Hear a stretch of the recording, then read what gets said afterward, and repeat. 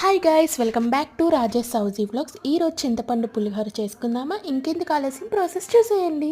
ముందైతే రైస్ని కడిగేసుకొని గ్లాస్కి 2 గ్లాసెస్ వాటర్ వేసుకొని ఇలాగ కొంచెం కుడుకు పట్టే వరకు ఉంచి పసుపు వేసుకోవాలి. పసుపు వేసేసుకొని మిక్స్ చేసేసుకొని సిమ్లో పెట్టేసి ఇంకా మూత పెట్టేసి వదిలేస్తే ఒక 10 or 15 minutesకి రైస్ అయితే మనకి రెడీ అయిపోతుంది. చింతపండు నానబెట్టేసుకొని ఇంకా అది కూడా ఓ పక్క పెట్టేసుకున్నాము. ఇంకా అది నేను చూపించలేదు, క్లిప్ మిస్ అయింది.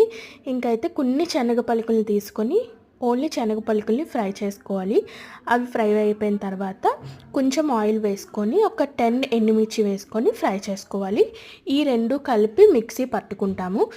మీకు కావాలంటే నువ్వులు కూడా వేసుకోండి, టేస్ట్ చాలా బాగుంటుంది. మేమైతే ఓన్లీ 2 వేసి మిక్సీ పట్టుకున్నాము. ఇంకా తర్వాత కొన్ని శనగ పలుకులు తీసుకొని మళ్ళీ ఫ్రై చేసుకోండి. ఇది ఓన్లీ పౌడర్ కోసం, మనం శనగ పలుకుల్ని తినేటప్పుడు బాగుంటుంది కాబట్టి కొన్ని ఎక్కువే తీసుకున్నాను నేను. అలానే జీలకర్ర, మినపప్పు, ఆవాలు, పచ్చిమిర్చి, అలానే కొంచెం కరివేపాకు. మనం శనగపప్పు ఉంటుంది కదా, అదైతే కొంచెం నానబెట్టుకోండి. అప్పుడు కొంచెం ఇంట్లో పెద్దవాళ్ళు ఉంటే తినలేరు కదా, నానడం వల్ల వాళ్ళకి తినడానికి కూడా మంచిగా ఉంటుంది. ఇంకా శనగ పలుకుల్ని ఇలాగా ఒకటి ఫ్రై చేసేసుకుంటున్నాము. ఇంకా పచ్చిమిర్చి, కరివేపాకు, మినపప్పు, శనగపప్పు, ఇంకా ఆవాలు, జీలకర్ర ఇవన్నీ వేసేసుకొని మంచిగా ఫ్రై అవ్వాలి. ఎందుకంటే ఎంత ఎక్కువసేపు ఫ్రై అయితే అంత టేస్ట్ ఉంటుంది. సిమ్లో పెట్టుకొని ఫ్రై చేసుకోవాలి, లేకపోతే మాడిపోతుంది. కాబట్టి ఇంక ఇవన్నీ ఫ్రై చేసేసుకొని అన్నీ రెడీగా పెట్టేసుకుంటే ఇంకా మనం కలిపేసుకోవడమే పులిహోర. ఇదిగోండి, ఇక్కడ రైస్ కూడా ఈ విధంగా పొడి పొడిగా వస్తే బాగుంటుంది. అలాగని గట్టిగా ఉండకూడదు, మరీ మెత్తగా కూడా అయిపోకూడదు రైస్.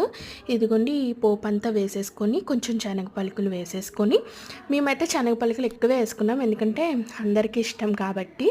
ఇదిగోండి, ఈ పౌడర్ కూడా వేసేసుకుంటున్నాము. అలానే చింతపండు మగ్గు, సాల్ట్ కూడా ఇప్పుడే చూసేసుకోండి కలిపిన తర్వాత, ఎందుకంటే తర్వాత కలిపితే బాగోదు. ఇప్పుడే అంతా చూసేసుకొని ఇంకా ఇది ఆఫ్టర్నూన్ మార్నింగ్ కలుపుకొని నైట్ తింటే చాలా బాగుంటుంది. లేదు నైట్ కలుపుకొని మార్నింగ్ తింటే ఇంకా బాగుంటుంది. ఇంకా ఇదంతా మిక్స్ చేసేసుకున్నాము. ఇంకా మన పులిహోర రెడీ అయిపోయినట్టే.